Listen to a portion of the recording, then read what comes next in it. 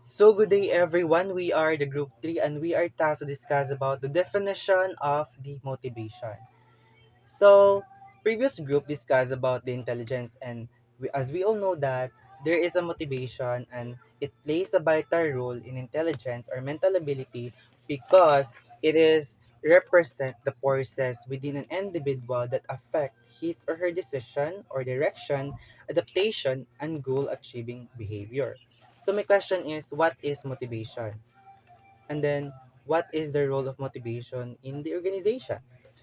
So, motivation, according to Atkinson 2000, is a condition that energizes a behavior and directs a goal. The motivation process that regulates the individual to satisfy the need and drive him to perform the directed goal. So, meaning to say, it what makes pushes to you to do something and reach a goal. So it comes from needing or wanting something which makes you act to satisfy the need. Let's say, for example, personal example, if you're hungry, you will feel driven to buy or cook food to stop being hungry. So, asa ang unmet need ato? Katong hungry ka. Ang action ato is you will feel driven to cook or buy food. Then ang imong goal ani to stop being hungry. So, mana na siya. But then, if in the organization, kung ikaw as employee ka, if you want a promotion, you need to work hard or finish task on time and then and learn new skills to get it. Of course, if you want a promotion, you will be working hard and you will be focused on task and dili ka mag late. So in organization, atong ikaduha nga question is that the organization and how the motivation apply in organization. So it is applied to describe the drive that impels an individual work. So why? It is what makes employees want to do their jobs well. So ang kwan diri is that both employers and employees na kay eager to understand motivation kay dili lang siya sa personal kung dili sa organization. This is for example, na coffee shop.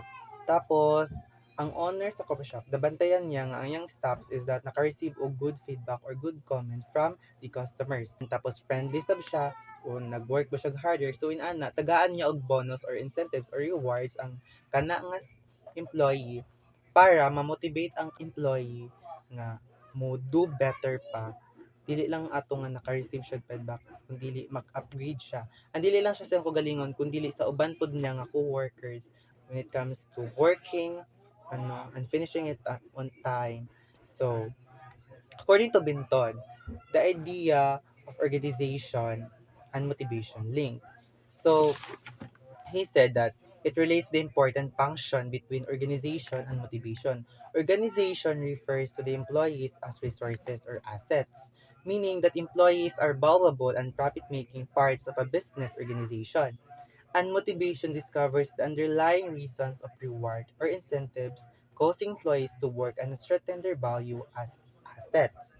So, ang gikuan ani gina describe is that company sees employees as important resources that help make money. So of course, number one resources sa isa ka company is that the employee. Aside sa mga kuan products nga ilang ginabaligya. But then sila jud ang pinaka-importante.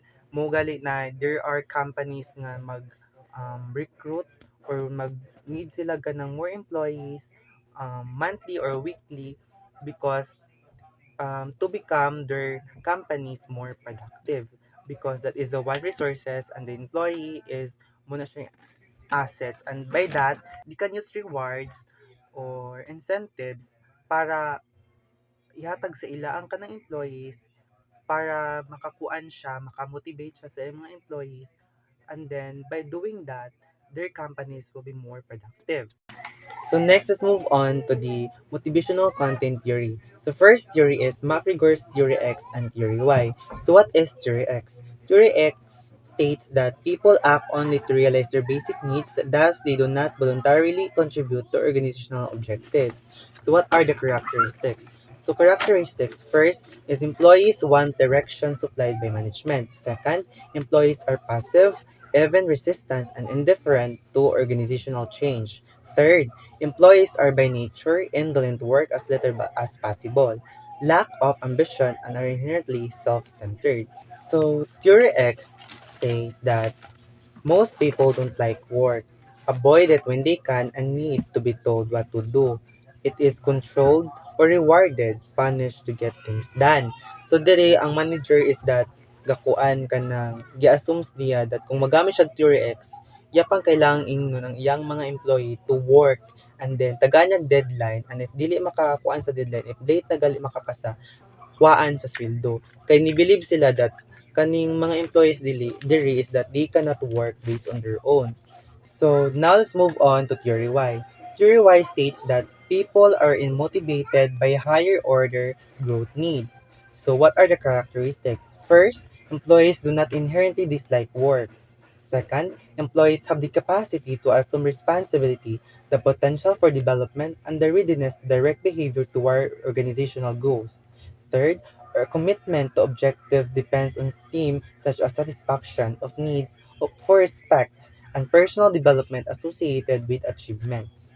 Meaning, Theory Y is the opposite from Theory X because here, Theory Y, employees are willing to work, can take responsibility, seek growth, and align personal goals with organizational behavior. So, say for example, manager use Theory Y might let their team choose how to plan a project, give them opportunities to learn because they trust employees and they trust the employees to take all ownership and do well. So, ni-believe sila that bisan bitaw walay permission, na siya trust sa mga employee ang manager sa Theory Y. And it is better to trust the employees than to doubt the employee because you recruit the employee and you know that employee well. So, there is that gitagaan siya ka ng high, nabitaw siya high nga order growth ang kanang mga employees to work sa ilang ana or ana nga organization. So meaning kanang ang kanang manager kung unsa giba sa manager mo yung ginabuhat sa mga employee. So under Theory X, manager's leadership is not absent. Standards are not lower. The manager does not abdicate. In fact, the importance of the manager's role is enhanced because heavy reliance is based on their self-direction and self-control, putting meaning into work and utilizing better men's total capacities and efforts which require the effective managerial initiative, innovation, and interest. So manager under Theory Y acts as coordinator rather than the dictator. So staying out of the way and allowing employees to manage their work with know-how, encouragement, and support of the manager is another way of explaining the resultant effect of Theory Y. So today, the trend is geared toward Theory Y in keeping with contemporary social development, humane approaches, and in most instances is superior in handling the requirements of modern organization. So meaning nga karon in summary, ang Theory Y is ang mas ni-align sa especially in a modern organization needs which is emphasize trust and employees potential. Dili lang siya sa Theory X. Before we proceed to the actual explanation, quick question. Why do people actually work hard? Is it because of money, recognition, or maybe personal dreams? Different people have different reasons. Today, we will talk about the important ideas that explains motivation under Maslow's hierarchy of needs. But what is this theory all about? The hierarchy of needs theories was developed by Abraham H. Maslow. He explains that human needs are arranged in a hierarchical order, usually illustrated in the form of pyramid, consisting of 5 levels of needs. According to the theory, individuals must first satisfy lower level needs before higher level needs can emerge. The primary or lower level needs includes physiological needs and safety and security needs, which are essential for survival and protection. Once these needs are satisfied, individuals begins to pursue secondary or higher level needs, which include social, ego, and self-actualization. So Maslow's also emphasized that unsatisfied lower level needs strongly influence a person's behavior. These needs remains active and dominant until they are fulfilled. Only after these basic needs are satisfied will individuals start focusing on higher level needs, leading to personal growth and self-fulfillment.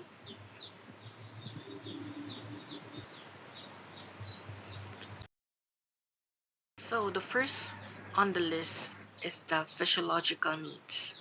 First order level in a pyramid form.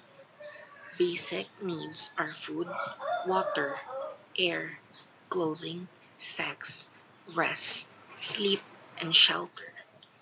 These needs are the strongest because if deprived, the person would die. So these are the basic survival needs.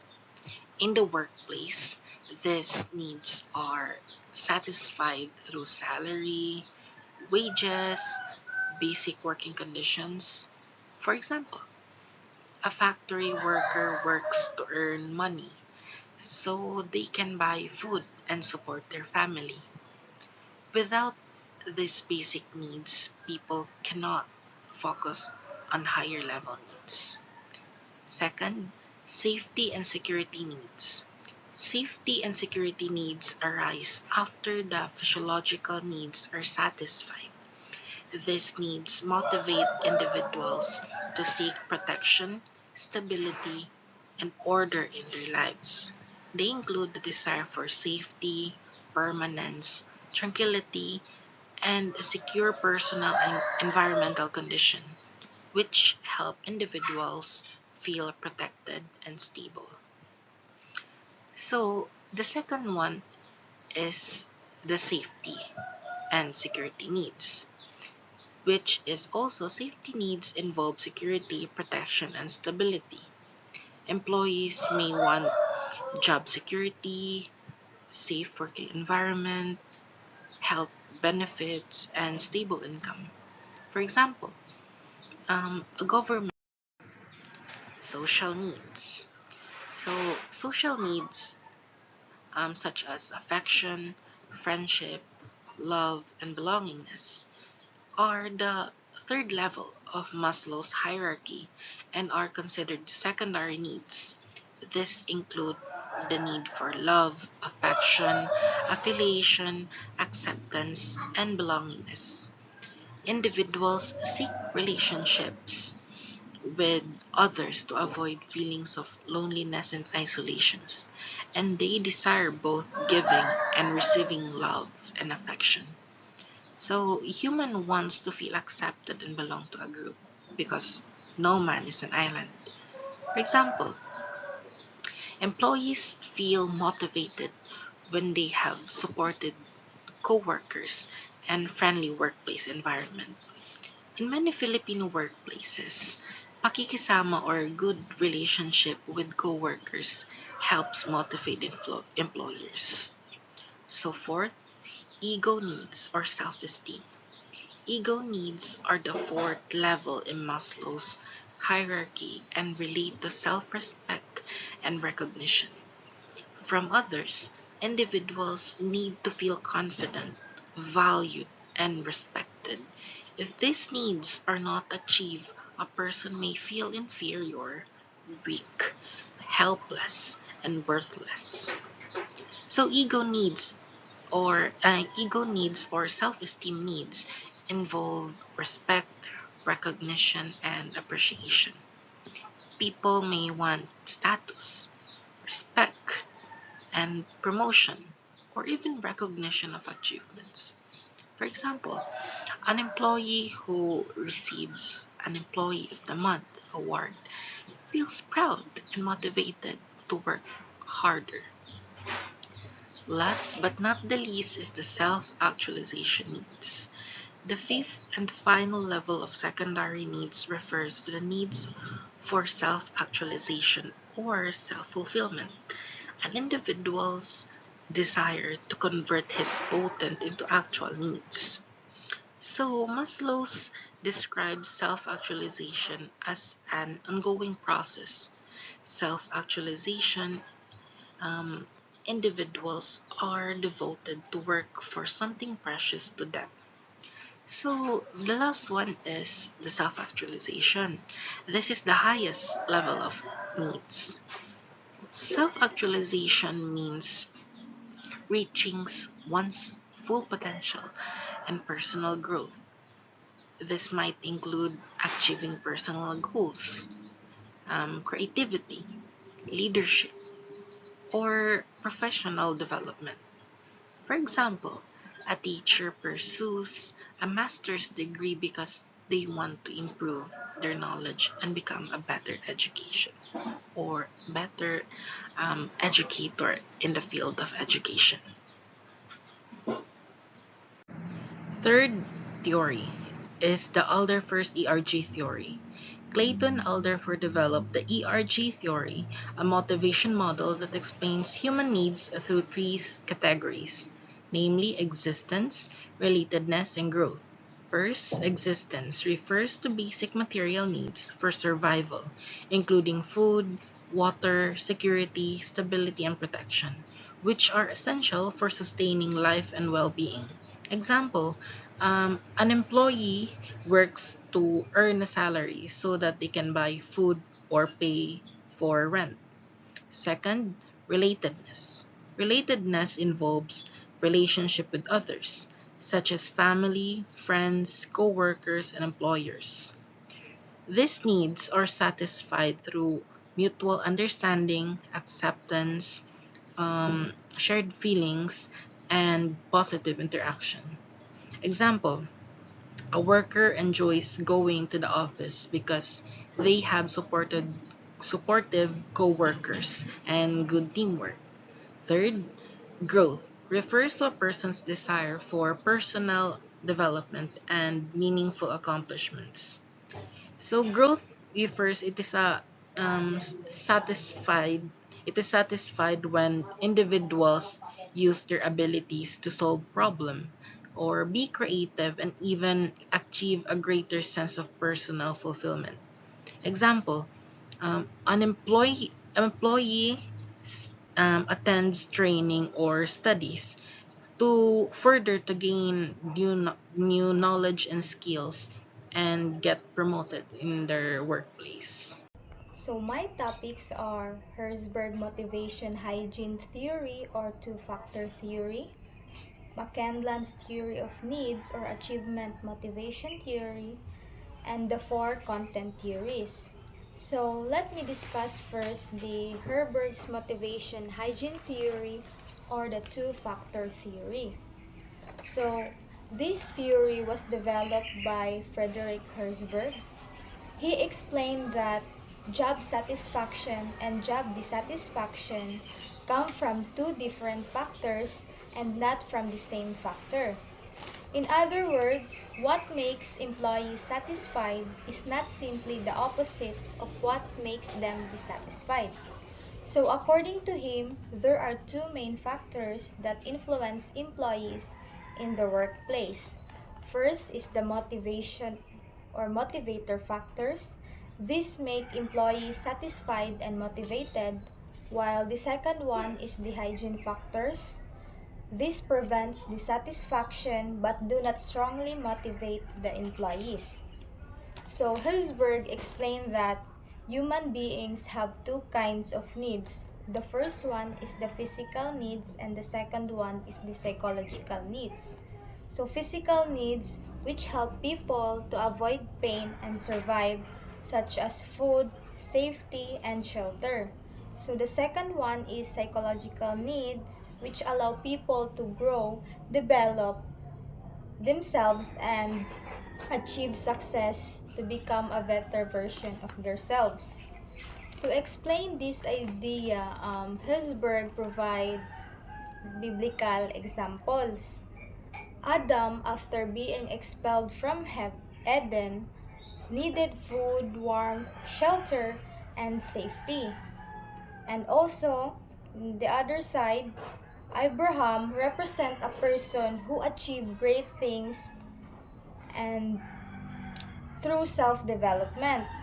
So the first one, Adam, after being expelled from Eden, which he needs food, shelter, and warmth. These represent basic survival called hygiene needs. While Abraham represent a person who achieved great things, a very motivated person, which represent self-development. So these represent motivational needs which he acquires. Because of this, Herbergs concluded that the two major factors influence job attitude are motivator and hygiene factors. So these motivator factors increase satisfaction. These factors encourages the employees to perform better and feel fulfilled in their work. So, examples of motivators are achievement, recognition, work itself, responsibility, advancement, and personal growth. So, when employees experience this factor, they feel motivated, satisfied, and proud of their work because they have the drive to do things because they are motivated when they receive those factors like the achievement and recognition. So for example, a teacher receive an award for excellence teaching, which is recognition. So the teacher will he or she is very motivated to do his job because he know or she know that she can receive a recognition from the higher from the school. And also, if the employee is promoted from a lower position, na promote siya into supervisor, so which represents advancement because from low position into a higher position, um, he or she will be proud of herself because he know that he deserved that position because she strive hard in their workplace. And also, an employee learns new professional skills which supports personal growth. The employee learns and acquire the experience he learned from the other co-workers, and he or she develop and improve his skills that would represent personal growth because she acquires it and do also his koan best in order to acquire that koan skills or abilities. So next, we move on to the second factor, which is the hygiene factor that prevents dissatisfaction. So this factor do not strongly motivate employees, but if they are missing, employees become dissatisfied. So examples include company policy, relationship with supervisor, work condition, salary, company car, status, security, relationships with subordinates, and personal life. So these are basic job requirements that the employees expect from their workplace. For example, an employee receives fair salaries, the workplace is clean and safe, the company provides clear policies and rules, and the company provides health benefits.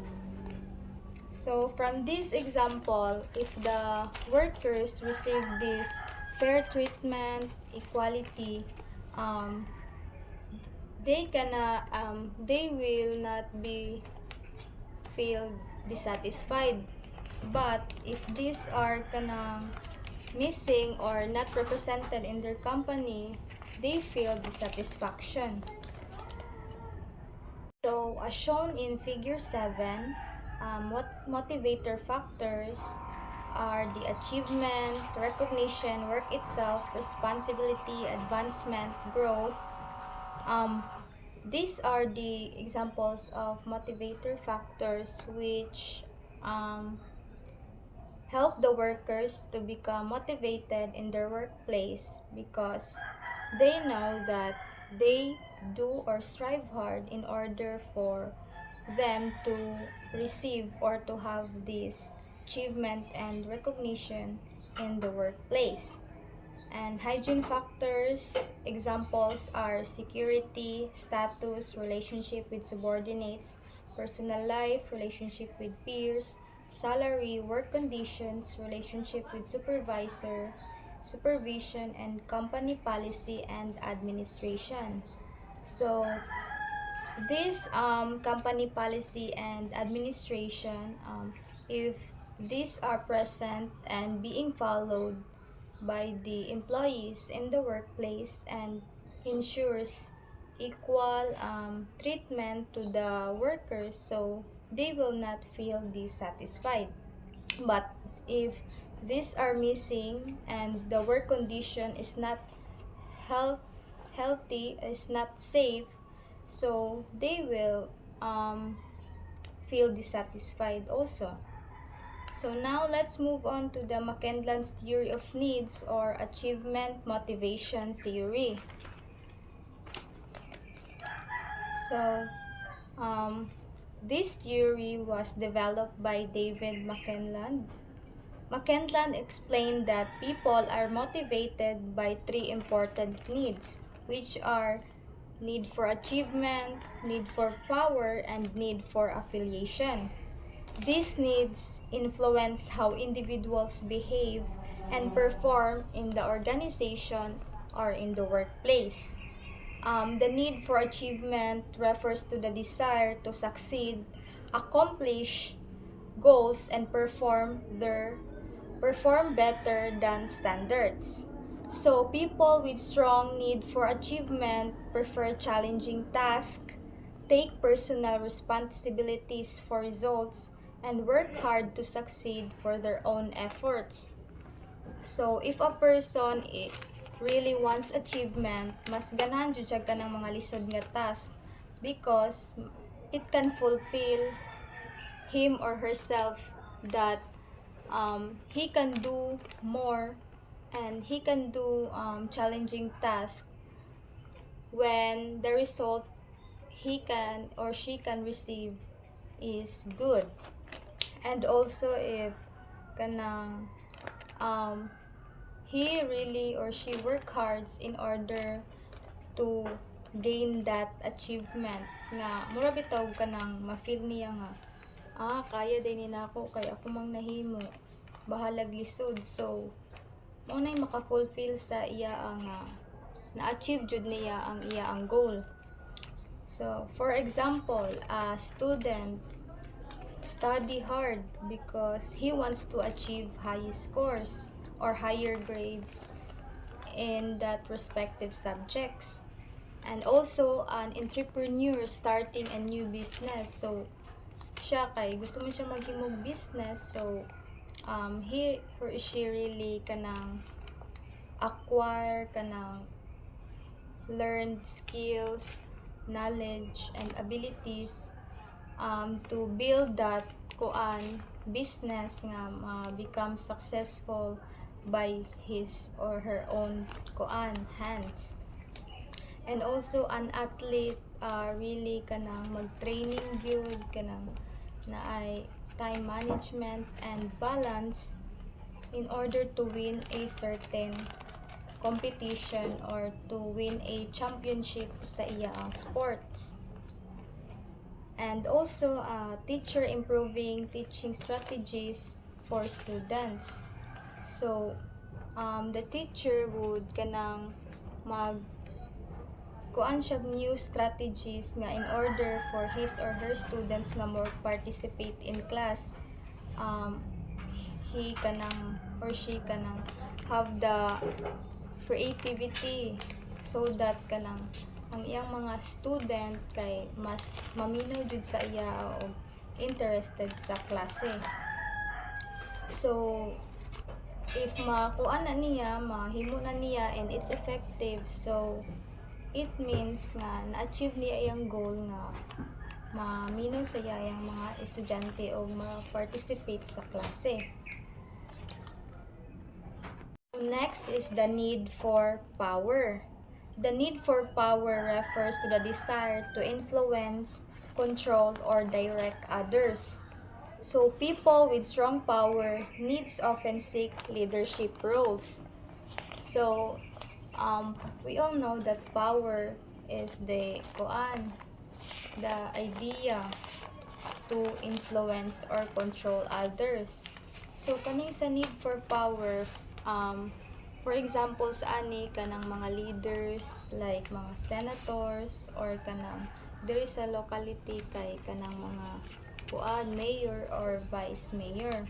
So if a person is gusto gyud siya power, so political kanang participation or political position is a best example because he or she wants to lead his citizen or wants to control his citizens. It depends sa usa ka politicians or leader if unsa jud iya ang gusto buhaton sa iya mga citizens. So for example, also kanang in the workplace like a manager leading in a team or kanang team captain sa usa ka sports. So kana he or she wants to lead his colleagues or his teams in order to achieve a certain goal if gusto sila nga makadaog sa ila ang dula or sa ila ang team building activities sa organization. And also a political leader influencing government decisions like kanang sa senators who are the one makes laws para sa atua and that laws we must follow. So Makenlands here sa need for power emphasizes socialized power, which means using power for the benefit of the organization rather than personal gain. So dapat kaning if gusto kang lead sa imong people, dapat dili imong personal interest. It must be para sa mga citizen because you serve as a public official to make government decisions that must the citizen have a equal rights and also participation because you work for them and not for yourself. And the next or the last one is the need for affiliation. The need for affiliation is the desire to build friendly, healthy, and cooperative communication or relationships with your coworkers and to have a belonging and be accepted by others in the organization or in the workplace. So people with high affiliation needs enjoy teamwork, prefer cooperation instead of competition, and value social harmony and relationships. And also, solving conflicts dan kanang mas palalaon pa ang problema, so mas maayo nga istoryahan o sulbaron in order to have a social harmony and unity in a certain organization.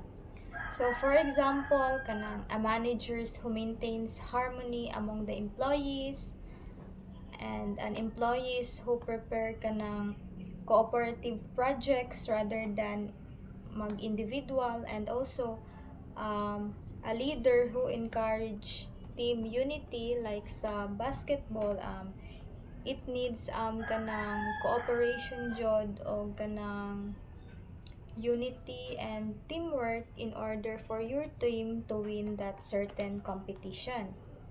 And also a manager organizing team building activities.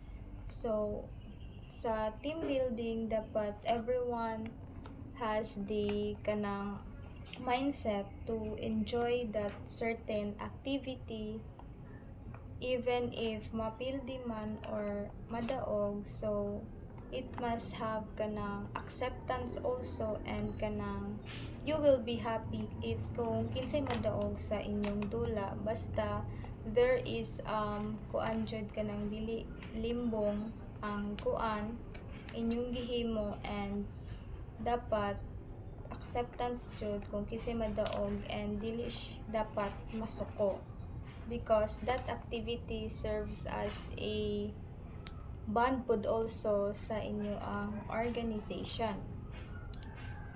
And dire kanang however kanang McKenlands warned that too much affiliation can weaken managerial activities because managers may prioritize being liked rather than following organizational rules. Managers must still apply rules fairly and avoid favoritism. So, di ani pod like mas kuan na bitaw ka ng ma-weaken ang managerial effectiveness kay mas gusto man sa manager nga ganahan sa ilaa ang workers, but kanang dili na pud bitaw maayo like kanang usahay kuan na pud bitaw ang rules. If close na kay mo ana pwede ra po ani himo kay amiga bitaw mi or close me, so it can affects pod sa iya ang leadership kay murag dili na motuo bitaw like when serious na like about sa mga company nga rules and regulations. So, dapat the managers must still apply rules fairly. Walay ka ng favoritism, dapat equal ang tanan. Because that's should be present and must be practiced in the workplace.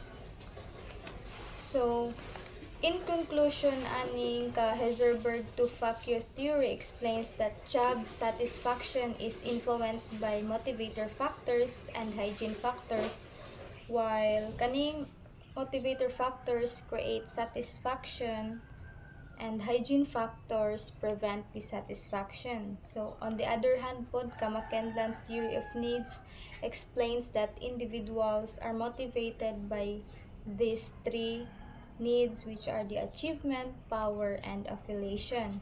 So, understanding these theories help the managers motivate employees effectively, improve leadership, and enhance organizational performance and productivity to have a successful organization and um, a healthy and a developed successful organization. Expectancy theory, developed by Victor Vroom, as cited in Rubin's 2003, he formulated expectancy theory or effort to performance expectancy. The theory explains the strength of a tendency to act in a certain way depends on the strength of an expectation that the act will be followed by a given outcome and on the attractiveness of the outcome to the individual. In other words, this process motivation theory refers to the work effort that individuals believe would lead to desired outcomes. This belief is generally based on the individual's past experience, self-confidence, and or the difficulty of the performance standard or goal. It is categorized as a process motivation theory because it describes the specific processes by which need deficiencies are translated into actual behavior. Essentially, the theory defines that the strength of an individual's tendency to act in a certain way is determined by how much they expect the act to lead to a specific outcome. The model of motivation is an elaboration of Bloom's expectancy theory. Expectancy theory is a broad theory of motivation that attempts to explain the determinants of workplace attitudes and behaviors. The three major concepts underlying expectancy theory are those of expectancy, instrumentality, and valence, and are expressed in Bloom's formula, which states motivation forces equals expectancy performance relationship, or we call it expectancy. It is the probability perceived by the individual that exerting a given amount of effort will lead to the successful performance.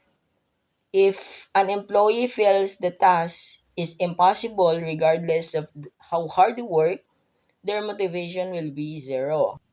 Kaning sa boss san, it highlights how external factors can ruin motivation. If an employee is competing for a promotion against the boss son or sa CEO, anak sa CEO, they may have been weak expectancy. Even if they work hard and perform well, they perceive that the effort performance or performance reward link is broken because the outcomes may be determined by nepotism rather than merit. Instrumentality. Instrumentality is a person's belief about the relationship between performing an action and experiencing an outcome. This belief is sometimes referred to as performance outcome expectations.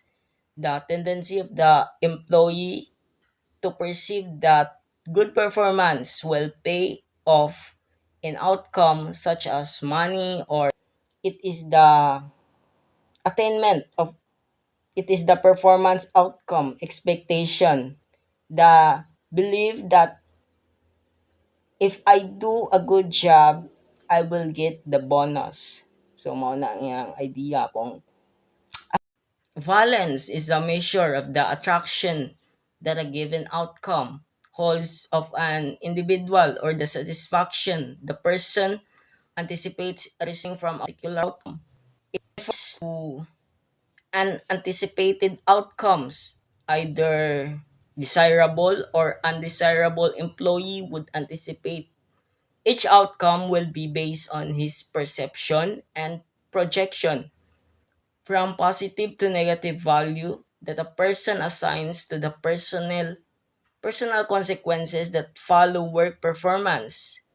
One example is a CPA employee will have a significant influence over the audits he performs as an auditor. He believes that performing high quality audit reports will result in substantial pay increase, and his promotion to the head of the auditing unit. His number one goal is to make the head within 2 years and to be paid more than his peers.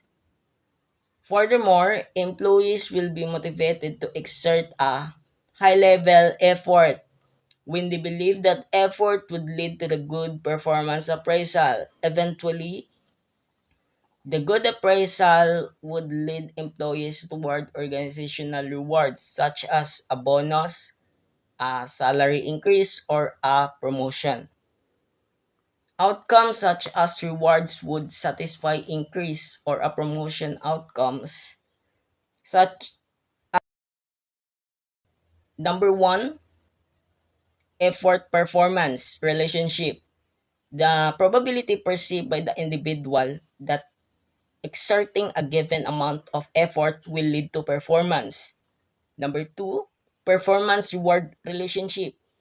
It means that the degree to which the individual believes that performing at a particular level will lead to the attainment of a desired outcome. And number three, rewards personal goals relationship.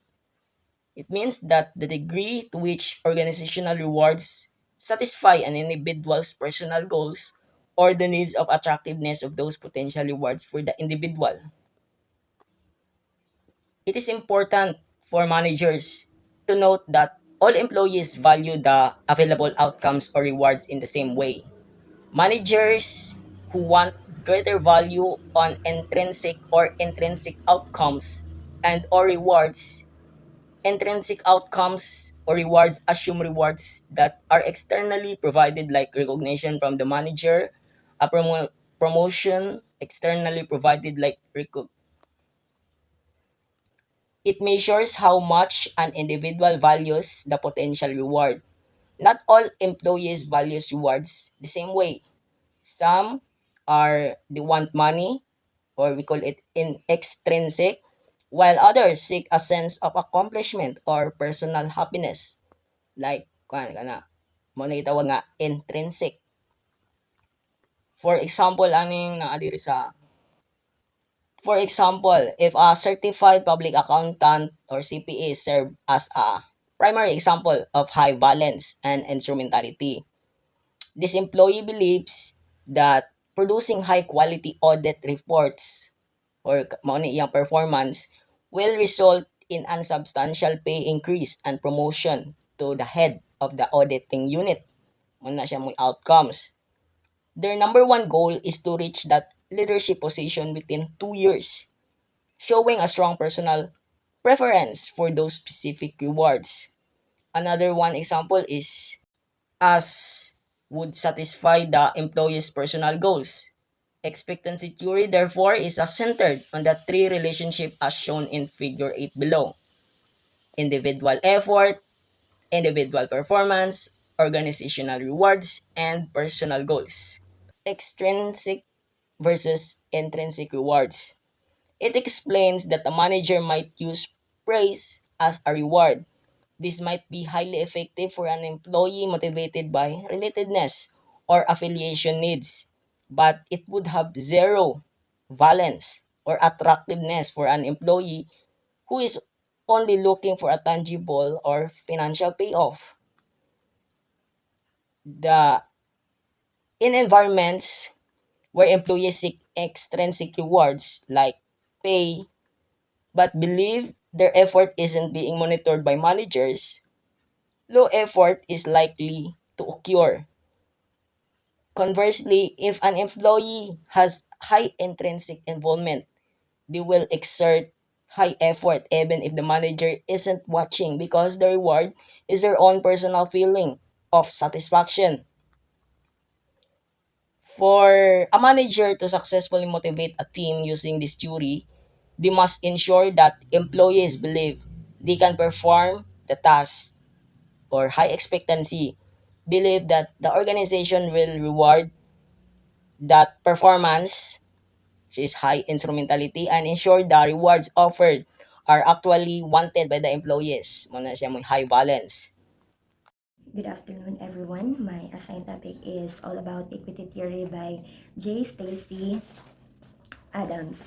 So, equity theory that explains the difference in work behavior is based on the individual perception of fair or equitable treatment. Again, motivation is based on perceptions of individual of fairness in the distribution and exchange of resources. Employees adjust their performance by comparing the rewards they receive with those received by them. So, equity theory, this theory says that employees feel motivated or demotivated, and behavior depends on whether they feel treated fairly.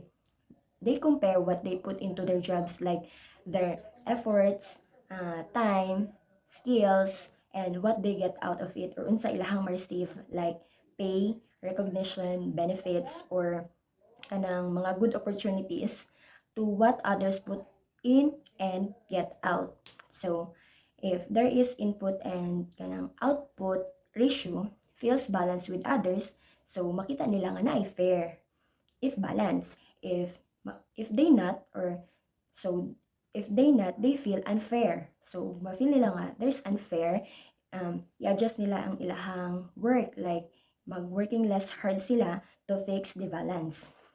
So, for example, ani niya kay example, naay duha ka teacher nga pareha sila gi-teach sa isa ka school, and pareha sila nga naay good experience, dayon teach with the same number of classes and put in similar extra hours for grading and activities. But ang isa ka teacher kay mas naka-receive daw siya kanang higher salary and mga more opportunities for training, while ang isa is wala. So ang katong isa ka teacher or ikaduhang teacher, like ma-feel niya nga this is unfair, so nay unfair. So kato pag ma-feel niya nga nay unfair, so kuha na siya mo, like katong ingon ko nga, like mag-working less hard na siya para to fix the balance. So there are 4 major elements of equity theory. First, output and input ratio.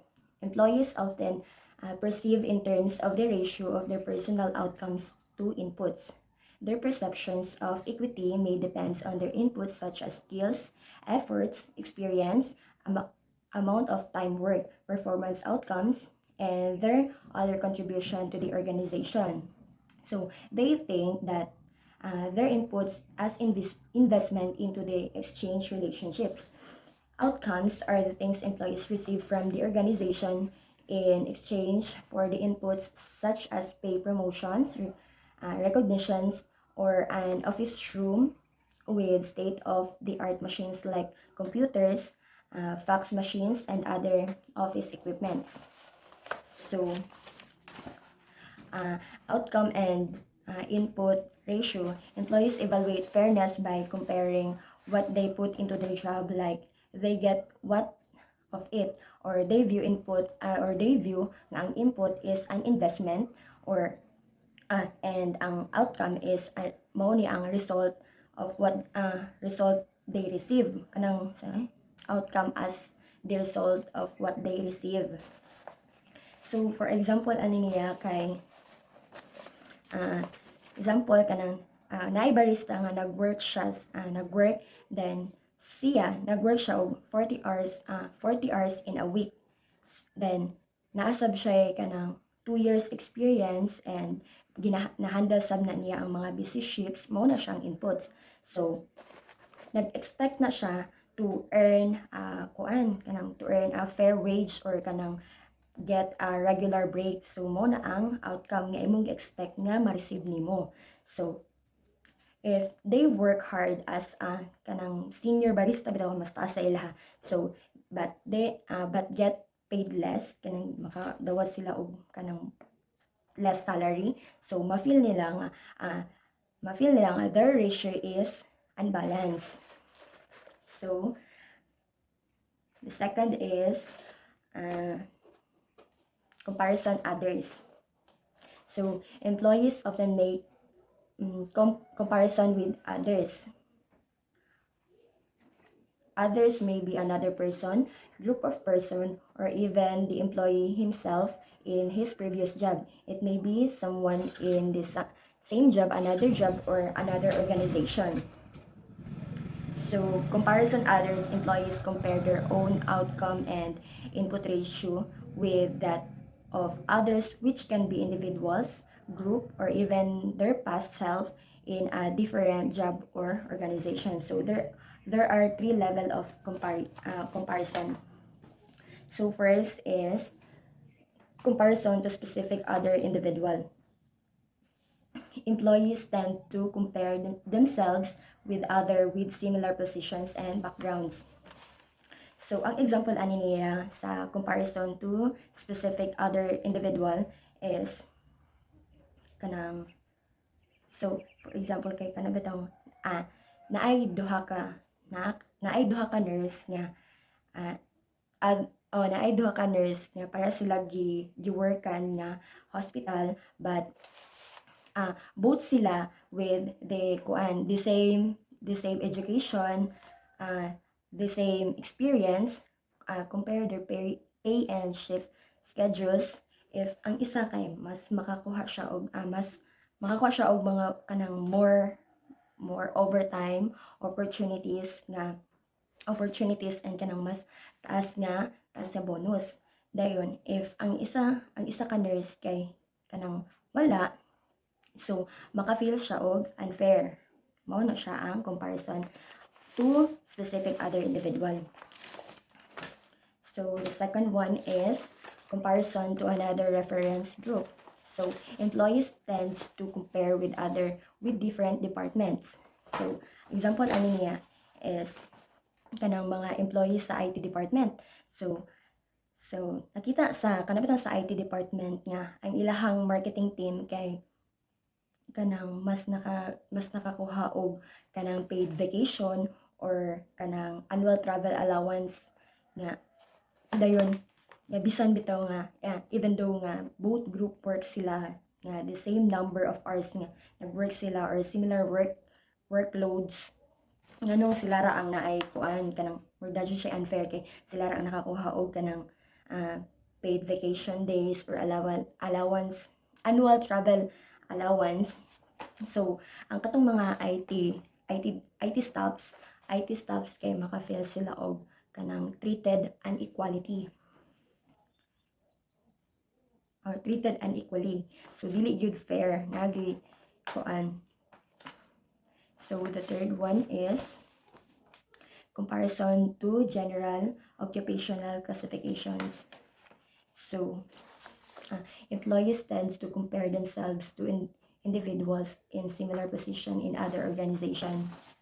So example ani niya kay nay isa ka nurse nga nag-work siya sa kanang public hospital. Then nakita niya ang isa ka nurse nga nag-work bitaw pud sa kanang private hospital. Dayon kaya siya nganong mas kuan kana bitang mas higher ang salary sa nurse sa private hospital nga pareha man unta sila og kana bitaw kanang pareha sila og work ba dayon then mas maka-access sila og kanang mga better nga mga medical equipment or even though they perform the same bisan pareha sila mga performance bitaw like the same type of patient's care task and have similar level of experience. So ang katong nurse nga nag-work sa public hospital kay maka-feel siya nga their situation is unfair kay nganong mas taas ang salary sa private hospital then mas daghan sila og mga kanang mga better nga mga medical equipment. So that's all my topic. Thank you.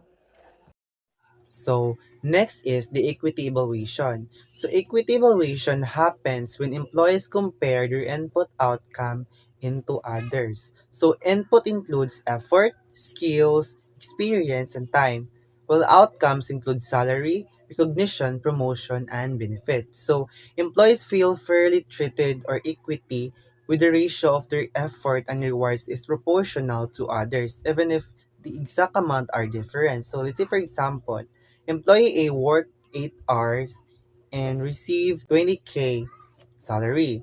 And then employee B works 10 hours and receives 25K salary. So even if the salaries are different, the employees may feel fairness or equity because the reward match the effort. Next is the consequences of inequity. So when employees believe that their rewards are unfair compared to others, they experience inequity. Because of this, employees try to restore fairness in different ways, such as changing effort as for more reward, changing perceptions, or leaving the organization. So here are the common reactions of the inequity. So first, changing input. So employees may feel increase or decrease their effort. So example, if an employee feels underpaid, they might work slower or less hard. So second, changing outcomes. So employees may try to increase their rewards. So example, an employee may ask for a salary increase or promotion. So third is the changing perception. So employees may convince themselves that the situation is fair. So example, an employee may think my coworker earns more because they have more experience. So four is leaving the field. So employees may leave the job or transfer. So example, a worker resigns because they believe another company offers fairer pay. So, number five, acting on the comparison to others. So, employees may try to influence the coworker they are comparing themselves with others. So, example, a worker tells a coworker, you should work harder since you are paid more. So six is changing the comparison to other. So it is the employees may compare themselves with someone else instead. So example, instead of comparing with a high paid coworker, they compare themselves with someone who earns a similar salary. So next is the referent comparison and equity theory. So according to Stephen Rubens, employees evaluate fairness by comparing themselves with a referent, which is the person of situation they use as a basis for comparison. These comparisons make equity theory more complex because employees can compare themselves with different people or experiences. So Rubens identified four types of referent comparison. First is the self-insight. So the employee compares their current job with their past experiences within the same organization. Let's say, for example, an employee who was previously a supervisor compares their current salary with the salary they received in their previous position in the same company. So next is a self outside. So the employee compares their current job with experiences they had in another organization. Let's say for example, a coworker compares their current salary with the salary they received when they worked in another company before. So third, other inside. So the employee compares themselves with the other employees within in the organization or the same organization. So example, an employee compares their salary and workload with a coworker who works in the same office. So fourth one is the other outside. So the employee compare their situation with people working in the other organization. So example, a teacher a teacher compares their salary with teachers from another school. So that is the four types of reference comparison according to Rubens. Good afternoon, everyone. I'll continue the number three of motivational process theory, which is the goal setting theory. So, according to Robbins 2003, he states the theory that specific and difficult goals with feedback leads to higher performance. So, uh, of course, if the employees receive feedback from their manager, so of course, the employers motivate na mas buhaton pa gyud nila ang ilang best na para maka-receive sila og kanila ang feedback. So example, if the employers receive a good feedback from their manager, uh, sa ilahang trabaho, so it means nga mas ganahan pa gid sila nga mo trabaho pa jud, mas ilaha pa jud mas ilaha pa jud kuan ang ilahang trabaho, i-improve pa yun nila kayo.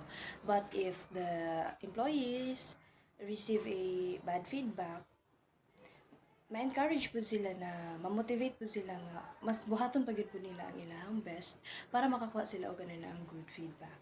So goals are their perceived inputs, seniority, knowledge, or affiliation than to ask for less pay. So seniority, so it is the length of the time a person has worked in the job, company, or organization. So, of course, if ang employee na siya kuan kana na ang seniority or kuan kana na ang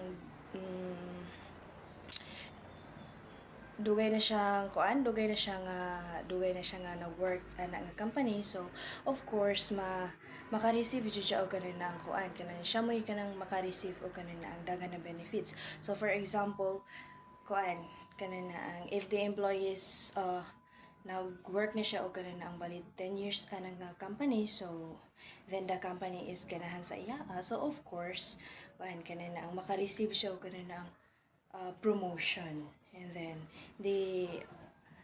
of course, we all know the what is knowledge, diba? So let's proceed today affiliation. So, affiliation, a connection, relationship, or association with a person, groups, or organization. So, in workplace, it is often refers to being connected or belonging to a certain group, team, or the organization.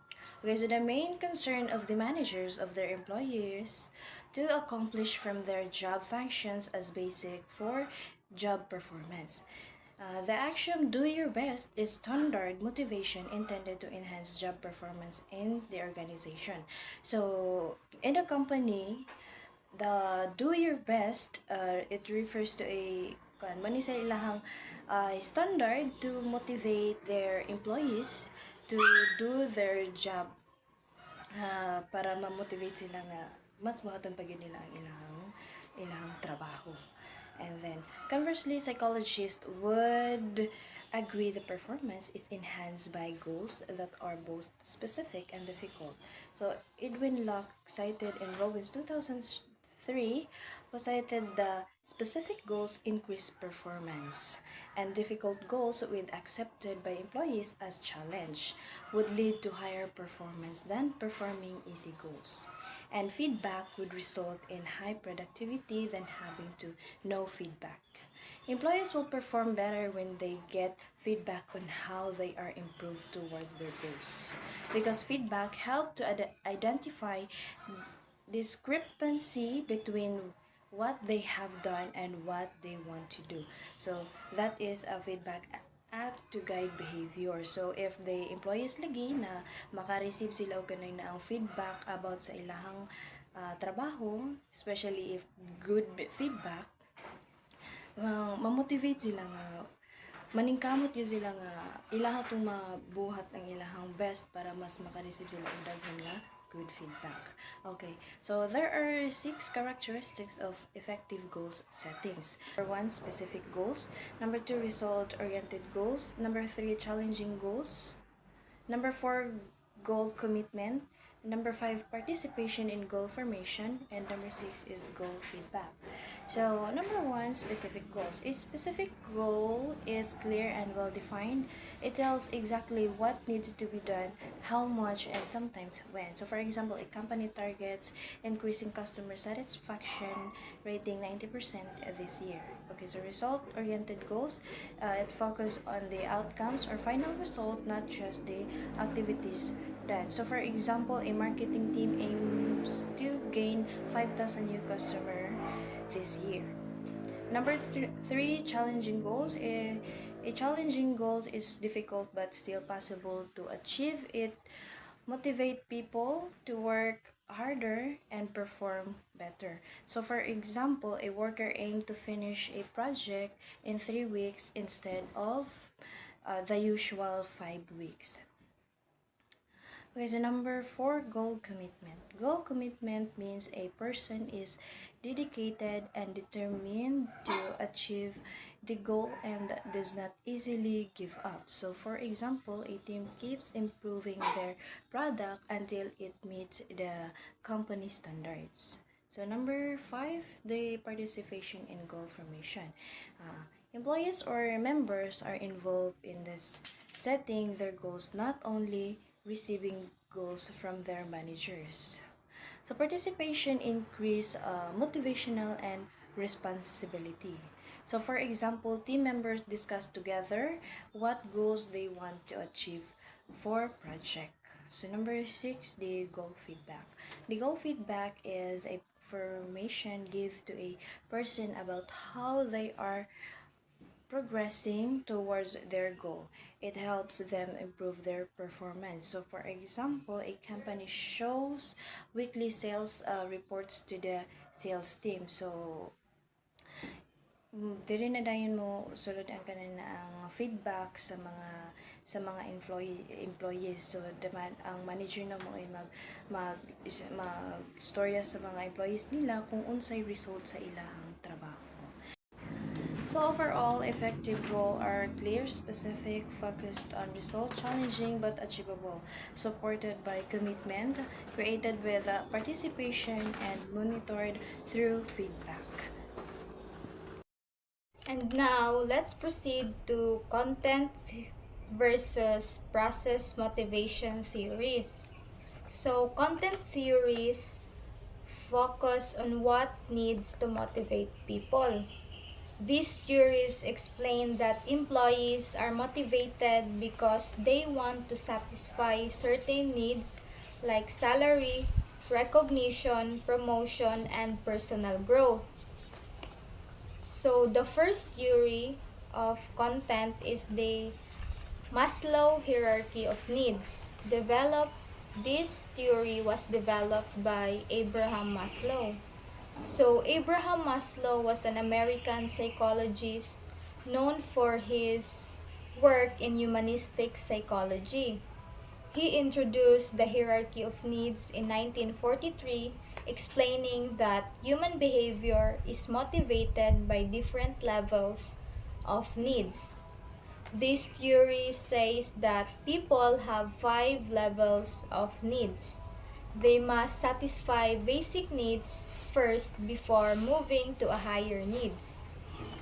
So these 5 needs are physiological needs like food, water, shelter, and safety needs like security and a stable job, social needs like friendship, belonging, and kanang be accepted by the society or by other people, and esteem needs like respect and recognition, and the last one is the self-actualization or achieving one's full potential.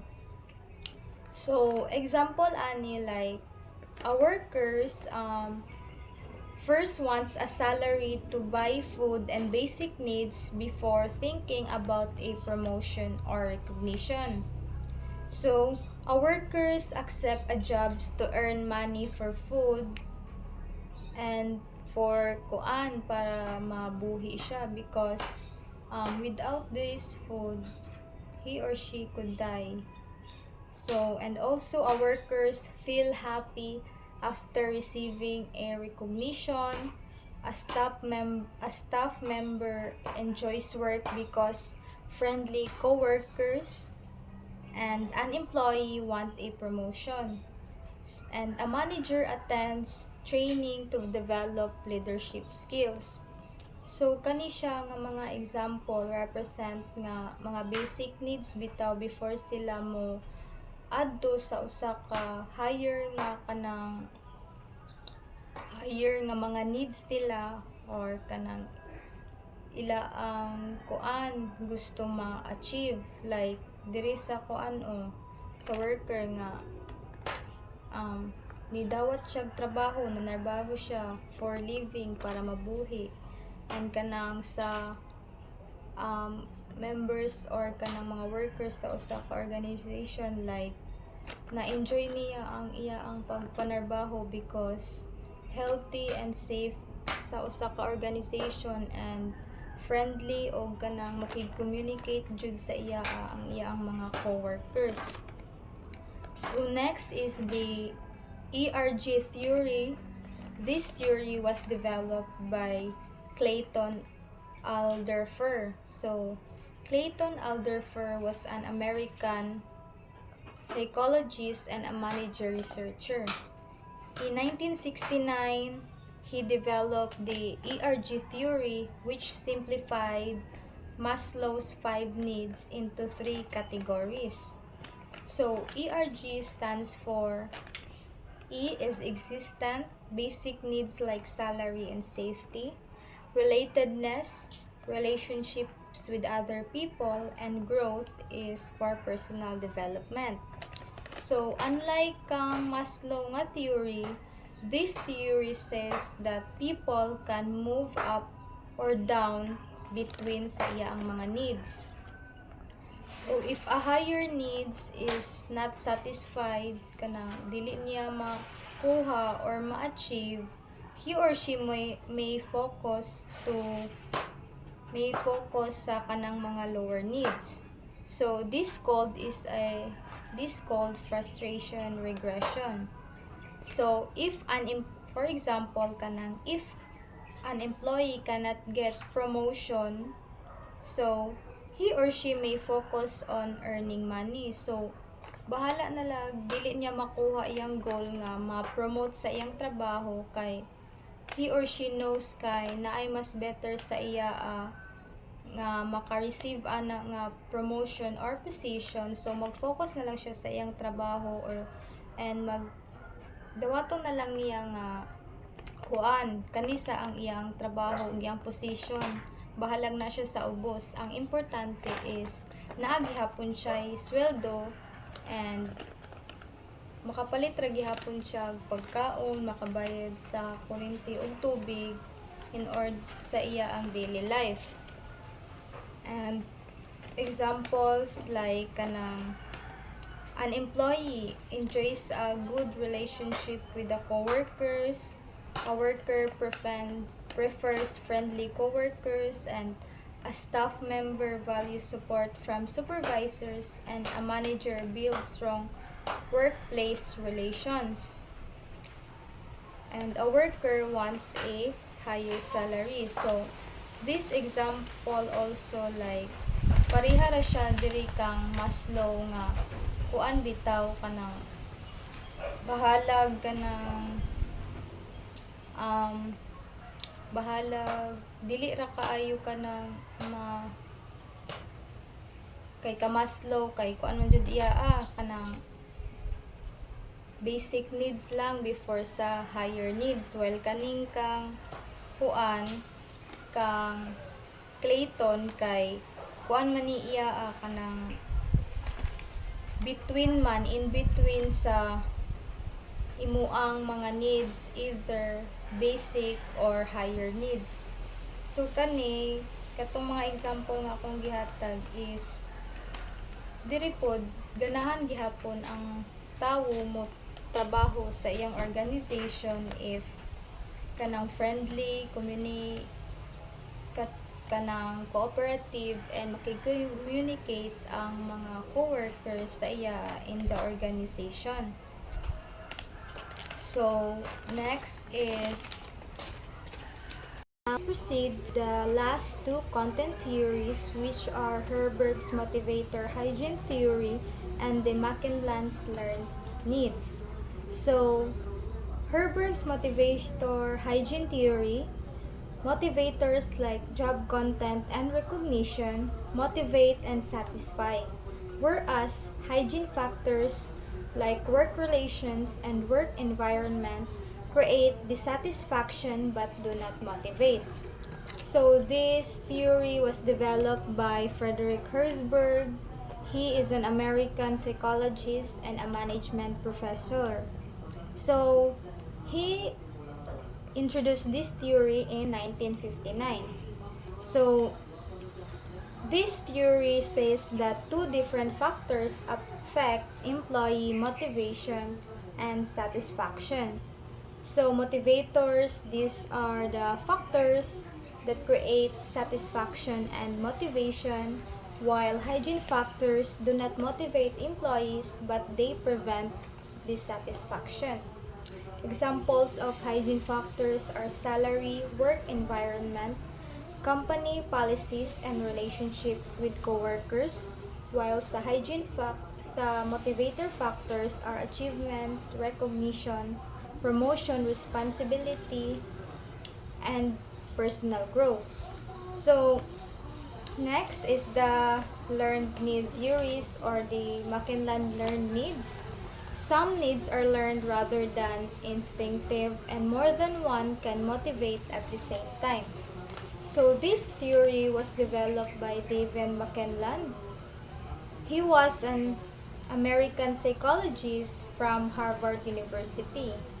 He developed this theory which explains that human needs are learned through life experiences and culture. So, according to this theory, people develop three main needs, which are the need for achievement, need for power, and need for affiliation. The need for achievement is the desire to succeed, while the need for power is the desire to influence or control others, and lastly, the need for affiliation, which desires for friendship and relationship. So So that would be all for my topic. Thank you. So we also have three process theories, namely expectancy, equity, and goal setting theory. But process theories explains how motivations happens, meaning how people think before deciding to work harder or not. First on the list is the expectancy theory. Motivation is determined by perceived expectancies, outcome values, and a rational decision making process. This theory was developed by Victor Vroom. Um, this theory states that people are motivated to work hard when they believe that their effort will lead to good performance and reward. Let's say, for example, um, an employee works very hard on a project because they believe hard work will produce good results, and good results may lead to promotion. Then, promotion will increase their salary. Because the employee values the reward, they become motivated to work harder. Second, equity theory. Perceived equity is formed from outcome or input ratios with a comparison other, and employees are motivated to reduce perceived inequalities. So this theory was developed by John Stacy Adams. Equity theory explains that people are motivated when they feel they are treated fairly compared to others. Employees usually compare their effort input, their rewards or outcome with other employees. If they feel treated fair, they stay motivated. But if they feel the treatment is unfair, they become dissatisfied or less motivated. For example, imagine two employees doing the same job. Employee A works 8 hours, receives 20,000 pesos salary, while employee B also works 8 hours and receive 30,000 pesos salary. So, employee A may feel unfairly treated. Because of this, employee A might reduce effort, complain, or even feel demotivated. This shows how perceived unfairness reduces motivation. So, second, goal setting. The clear, relevant goals increase motivations and performance by stretching the intensity and persistence of effort and by clarifying role perceptions. So, this theory was developed by Edwin Locke. Goal setting theory states that clear and specific goals increase motivation and performance. When people know what they need to accomplish, they are more focused and motivated. Because goals help people focus their effort, stay persistent, work hard, or even harder. Um, this theory exemplifies that. Let's imagine a manager tells a sales employee, I try to sell more products. This goal is unclear. Instead, the manager should say, sell 20 products this week. Now, the employees has a specific goal, so they focus their effort to achieve it. So, in overall, process motivations theories explains how individuals decide to exert effort in their work. Expectancy theory states that people are motivated when they feel or when they believe their effort will lead to good performance and valuable rewards. Equity theory explains that employees are motivated when they perceive fairness between their efforts and the rewards they receive compared with others. While the goal setting theory states that clear, specific, and challenging goals increase motivation and performance by directing and sustaining employee effort. So now let's move on to the self-efficacy's role in employees' motivation. So self-efficacy's theory explains that individual's expectation is based on his beliefs about the ability to organize and execute courses of action requisite for attaining the outcome. So self-efficacy determines how much efforts employees would exert and how long they would persist in the midst of difficulties. So self-efficacy refers to how much a person believes they can successfully organize and do the actions needed to reach a goal. Even if employees doubt their abilities at first, those with high self-efficacy will keep trying and find ways to overcome challenges. So there are four sources of self-efficacy. First is the past accomplishment. So, past accomplishment refers to previous experience of successful behavior increase personal feelings of self-efficacy. More particularly, successes are attributable to permanent factors such as ability or a manageable level of task difficulty. So, previous success, especially at tasks of similar difficulty, builds strong confidence in one's abilities. Failures can weaken it, but persistence through them helps too. So let's say for example, employee who successfully led a small project last year will feel more confident leading a new slight bigger project now. Isa ka employee is that nakabuhat na siya ka na nga project before. And then karon gipabuhat siya siyang manager. So nana siya ka ng expectation nga makabuhat siya ana kay since nakabuhat siya before, nakaya niya before, dapat makaya pud niya karon. So the next sources of self-efficacy is vicarious experiences. It is the observation of others, is used as social models, increases observers' belief that they too possess the abilities would likely succeed. So it refers to watching others as a role model succeed makes people believe they can do it also. So as ang ako na nagiingon tapos ginaingon po na siya sa mga previous group that kung kaya sa uban kaya pud nako. So let's say for example, imong teammate or yung imong employee is that nasay ka ng strategies unsaon niya paghimo ang isa ka task nga ipabuhat sa manager. So as ikaw gitagan as new, mag-observe ka sa iya akong giunsa niya pagbuhat and then during sa pag-observe nimo na enlighten na imong self na kabalo na ko ani muna na akong study sa akong sweldo. So next source is the verbal persuasion.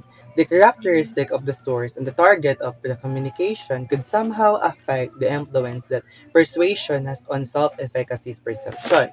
So there is encouragement or feedback from trusted, credible people can boost confidence. So let's say for example, ang inyo ang manager is giingnan mo that I know you all and I know that you can launch these new products. Kay na-prove na ninyo siya before and then nanakoy self-efficacy that makuano niya siya ron na mo-boost po ning products nga inyo ang na-create karon. So nana siya ka ng encouragement through verbal communication. So the last source of self-efficacy is logical verification. It is people can generate perception of self-efficacy in a new task provided that they can perceive a logical relationship between the new task and the task they already learned. So logical verification can build confidence to people by connecting a new task to something they already know to do. So say for example, if a secretary who are capable to use typewriter might think ang word nga processor is that a better typewriter and magamit na ko ni siya and makakontrol na ko ni siya easily. Ang nag-build nito din siya self-efficacy sa iyang kaugalingon kay ginarelate man niya sa iya ang before nga task nga nahumanaan sa task nga gipabuhat niya pag-ura. So by and large, the rule of self-efficacy in work motivation is that employees' motivation is socially and cognitively generated. Employees motivate themselves and guide their actions anticipatorily by the exercise of forethought. They form beliefs about what they can do. They anticipate good outcomes of prospective actions. They set goals for themselves and plan courses of actions designed to realize bold organizational goals and futures.